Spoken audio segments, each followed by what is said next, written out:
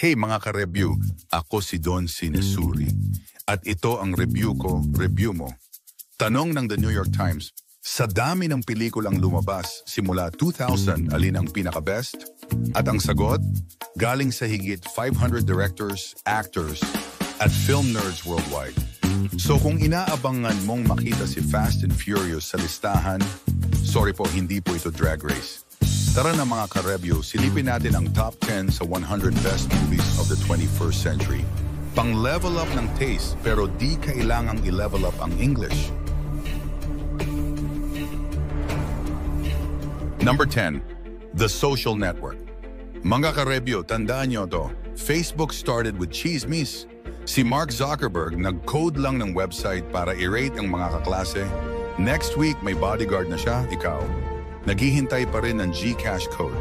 This is drama, betrayal, at social anxiety in hoodie form. Fincher style, syempre. Number 9, Spirited Away. Anime fans, roll call. Si Hayao Miyazaki talaga, parang lolo nating lahat. Wise pero weird. May batang na-trap sa mundo ng multo at Diyos habang ang magulang niya naging baboy. Literal hindi lang matakaw. Ito yung pelikula na pinanood mo dati kasi cute. Tapos ngayon, parang shucks, trauma pala to. Number 8, Get Out. Horror film na may utak. Get Out is what you'll literally say habang nanonood. May tsaa, may hypnosis, may white people na creepy. At isang mainit na lesson, minsan ang horror, nakakaki pants at smile. Jordan Peele really said, here's a jump scare and a social commentary habang nilulunod ka emotionally. Number 7, Eternal Sunshine of the Spotless Mind. Kung gusto mong burahin ang memories ng ex mo, eto na ang sagot. Si Jim Carrey, Sad Boy Era. Si Kate Winslet, Blue Hair at Emotional Damage. Pero kahit pa i-delete mo lahat ng alaala, paano yung feeling? Babalik at babalik yan, ka-review. Parang YouTube ads kahit naka-premium ka na sa puso. Number 6, No Country for Old Men. Low-key horror disguised as cowboy movie. Walang music, walang warning. May kontrabidang nagdadala ng air tank na hindi para sa welding. Si Anton Chigurh, Walking Nightmare with a bowl cut. Ang ending, walang closure. Parang scene lang sa chat. Number 5, Moonlight. Sobrang tahimik ng pelikulang to, pero parang may sumisigaw sa dibdib mo. Tatlong yugto ng buhay ng isang batang lalaki. Searching for identity, love, and safety.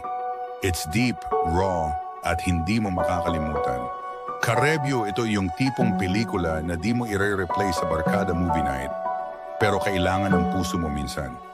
Number 4, In the Mood for Love. Slow burn is an understatement. Kung may award ang best hallway scene na may violin, eto na yon. Magkapit bahay. May cheating. Pero walang cheating? Ang sakit-sakit kahit walang nangyari. Para tong pelikulang biglang niyaya kang magmahal sa slow motion habang umuulan. Number 3, There Will Be Blood. Kung gusto mong panoorin ang rise ng capitalism in one angry man, eto na yon, si Daniel Day-Lewis dito, parang galit sa buong mundo. Obsession, greed, oil, and milkshake. But make it terrifying. I drink your milkshake. Iconic line, not for dessert. Number 2, Mulholland Drive. Ka-review, hindi ko rin alam kung ano talaga nangyari. Pero grabe ang visuals, tension, at psychological spiral. Ito yung pelikulang kahit ilang ulit mong panoorin parang, nagets ko na ba? Hindi pa rin. David Lynch be like, explain, wala akong time. Enjoy ka na lang sa trauma mo. Number 1, Parasite. Siyempre, number 1 ang Parasite. Comedy, check. Thriller, check. Tragedy, double check. Bong Joon-ho served class warfare on a silver plate. Lahat tayo tinamaan kasi at some point naging parasite din tayo. Ka-review, kung hindi mo pa ito napapanood, cancel all plans. As in now na. Ayan mga ka-review, yan ang top 10 best films of the 21st century ayon sa mga eksperto. Pero syempre, hindi ka naman pwedeng manahimik lang. Ano para sa'yo ang dapat nandito? Comment mo na yan. At kung may violent reaction ka, i-type mo rin. Baka trending pa tayo. Huwag kalimutang i-like, i-share, At syempre mag-subscribe dito sa channel na hindi lang nagre-review, nagpapatawa habang may existential breakdown. Ako si Don Sinesuri at ito ang review ko review mo, walang popcorn. Basta may opinion, review ko muna. Ikaw naman,